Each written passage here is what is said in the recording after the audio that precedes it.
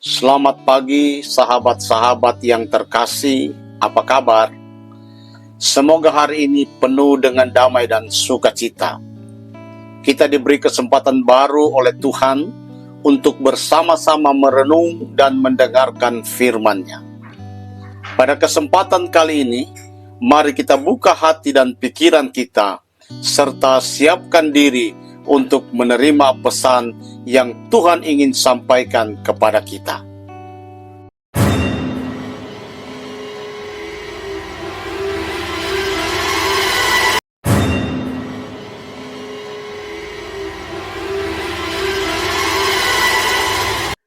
Haleluya.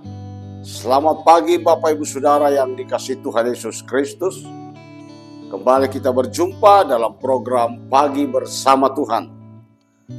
Pagi hari ini kita akan mendengarkan satu kebenaran dengan judul Sekalipun Tidak, Aku Tetap Menyembah. Mari kita membaca dari kitab Daniel 17 sampai dengan 18. Daniel pasal 3 ayat 17 sampai dengan 18. Jika Allah yang kami puja sanggup melepaskan kami, maka Ia akan melepaskan kami dari perapian yang menyala-nyala itu, dan dari dalam tangan-Mu, ya Raja.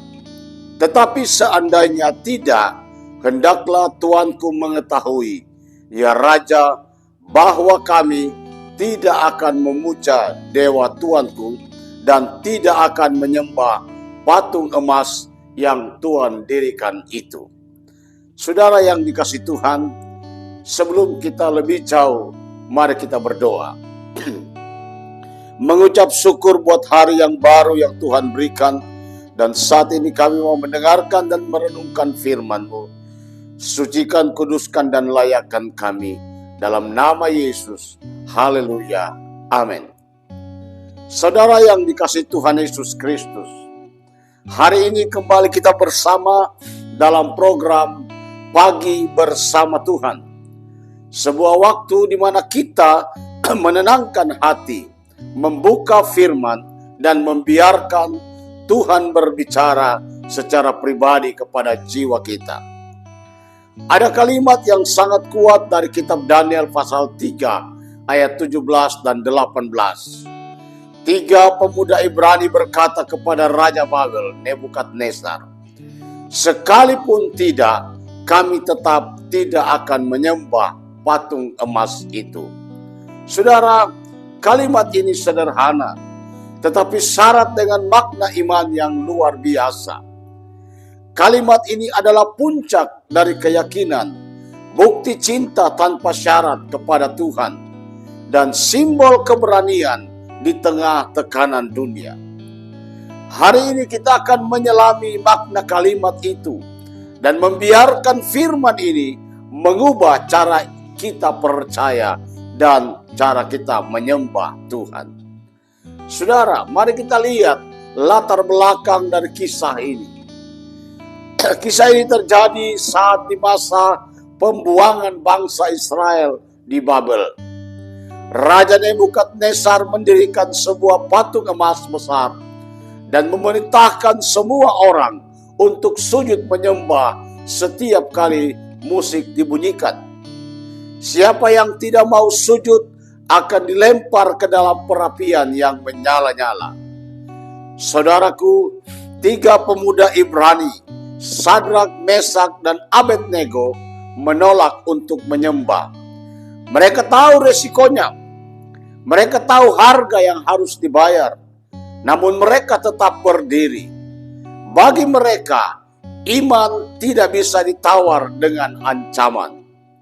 Saudaraku, dunia sekarang pun punya patung emasnya sendiri. Mungkin bukan dari logam, tapi dari ambisi, materi, popularitas, dan kompromi. Dan banyak orang, bahkan orang percaya, sujud di hadapannya demi keamanan, demi posisi, atau penerimaan sosial.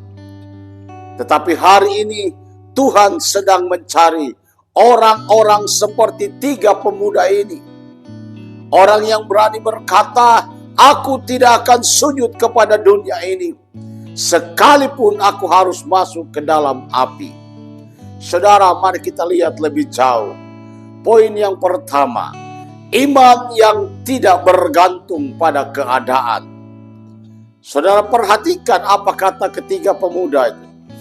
Jika Allah kami sanggup melepaskan kami, maka Ia akan melepaskan. Tetapi sekalipun tidak, saudara bisa lanjutkan membaca itu. Kalimat ini luar biasa.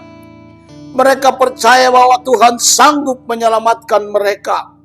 Namun mereka juga siap untuk tetap menyembah, meskipun Tuhan tidak melakukan mujizat. Inilah iman sejati, iman tanpa syarat. Iman bukanlah alat untuk memaksa Tuhan bertindak secara kehendak kita, tetapi keyakinan bahwa Tuhan tetap baik apapun hasilnya. Banyak orang Kristen berkata, saya percaya Tuhan kalau Dia menolong saya. Tetapi tiga pemuda ini berkata, saya tetap percaya sekalipun Dia tidak menolong saya seperti yang saya harapkan. Itulah bedanya antara iman yang matang dan iman yang manja. Iman yang matang berkata, aku menyembah Tuhan bukan karena hasilnya, tetapi karena Tuhan. Saudara, Tuhan tidak butuh kita yang pandai bicara soal iman. Dia ingin kita hidup di dalam iman. Iman yang tetap berdiri teguh walau tidak ada jaminan apapun dari dunia. Poin yang kedua, iman yang terbukti melalui api. Nebukadnezar sangat marah dan menyuruh memanaskan perapian itu 7 kali lipat lebih panasnya. Sadrak, Mesak, dan Abednego diikat dan dilempar ke dalamnya. Namun saat raja melihat ke dalam api, ia berkata, bukankah 3 orang yang kita lempar? Tetapi mengapa aku melihat 4 orang berjalan-jalan di tengah api, dan yang keempat itu rupanya seperti dewa-dewa. Saudara, disinilah rahasia besar dari iman sejati. Tuhan tidak menghentikan mereka masuk ke dalam api, tetapi Tuhan menemani mereka di dalam api. Kadang kita berdoa, Tuhan jangan izinkan aku masuk ke dalam api. Tapi seringkali Tuhan menjawab, aku tidak akan menghindarkan engkau dari api, tapi aku akan berjalan bersamamu di tengahnya. Api tidak selalu dimatikan, tapi hadirat Tuhan membuat api itu tidak mematikan. Masalahnya bukan pada seberapa panas api yang kau hadapi, tetapi apakah Tuhan berjalan bersamamu di tengahnya. Saudara, ada kisah seorang wanita Kristen di Tiongkok yang dipenjara karena imannya. Selama bertahun-tahun ia disiksa dan dipaksa untuk menyangkal Kristus. Namun ia berkata, Tuhan Yesus tidak meninggalkanku 1 hari pun.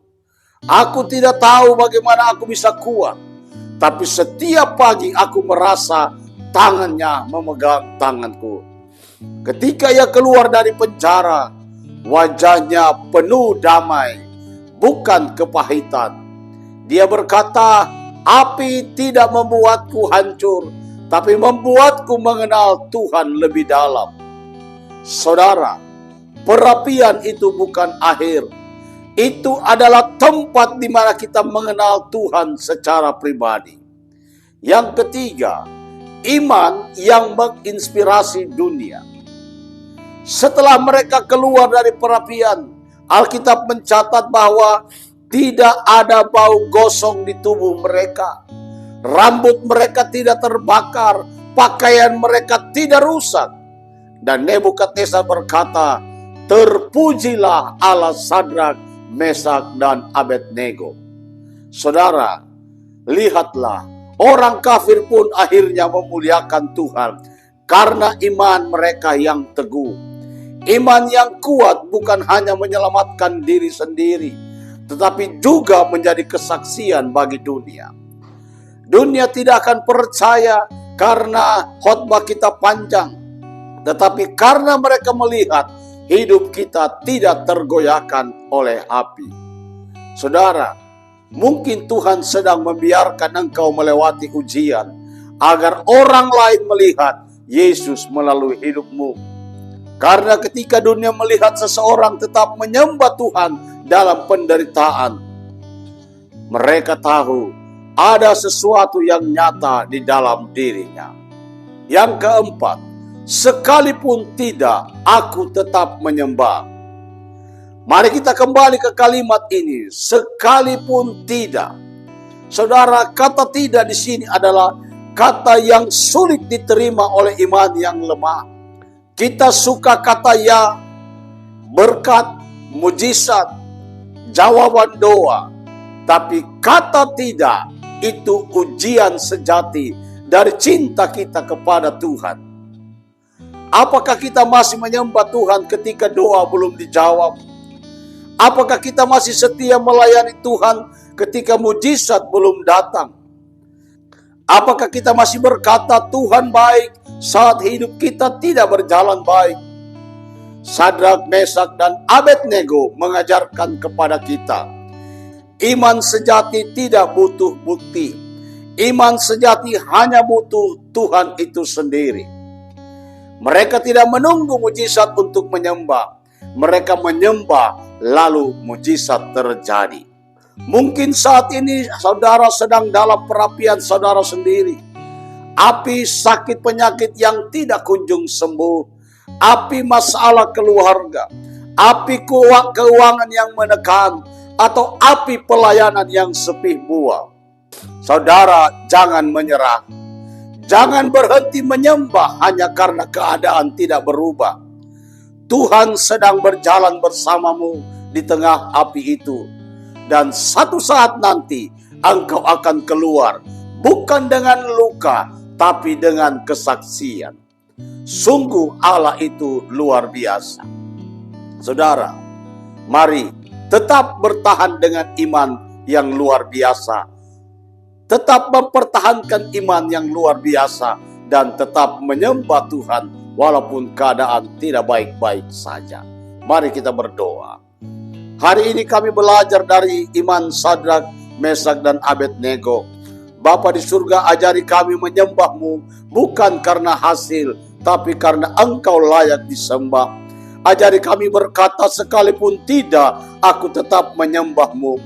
Kami percaya Tuhan Engkau sanggup melepaskan kami dari setiap api kehidupan. Tetapi sekalipun tidak, kami akan tetap setia kepadamu. Tuhan, kuatkan setiap hati yang sedang diuji. Biarlah api ujian itu justru membakar segala hal yang tidak perlu. Dan memurnikan iman kami seperti emas. Terima kasih Tuhan, karena Engkau selalu hadir di tengah api kami. Hamba berdoa buat seluruh pendengar di mana saja mereka berada. Berkati pekerjaan mereka. Berkati usaha mata pencarian mereka. Berkati apapun yang mereka kerjakan yang berkenan kepada Tuhan. Dan biarlah belas kasihan-Mu ada atas bangsa kami. Terima kasih Bapa di surga. Di dalam nama Yesus kami sudah berdoa. Haleluya. Amin. Saudara, ingatlah, Tuhan tidak selalu memadamkan api, tapi Dia selalu hadir di dalamnya. Dan ketika engkau keluar dari situ, engkau akan berkata, sekalipun tidak, aku tetap menyembah.